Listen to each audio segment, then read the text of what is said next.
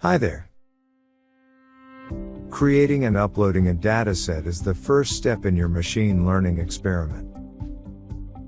Your dataset page will automatically include a few sample datasets and files uploaded. You can click on the trial dataset to learn more about it.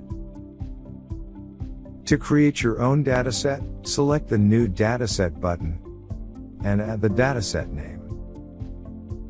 Now you are inside the dataset page and you will be able to learn more about some file and data rules by watching quick tutorials.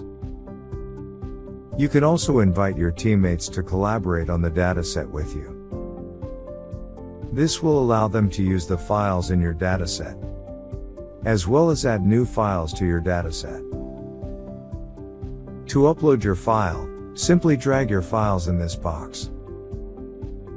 Upon successfully uploading your files, you will be able to get started on your first experiment.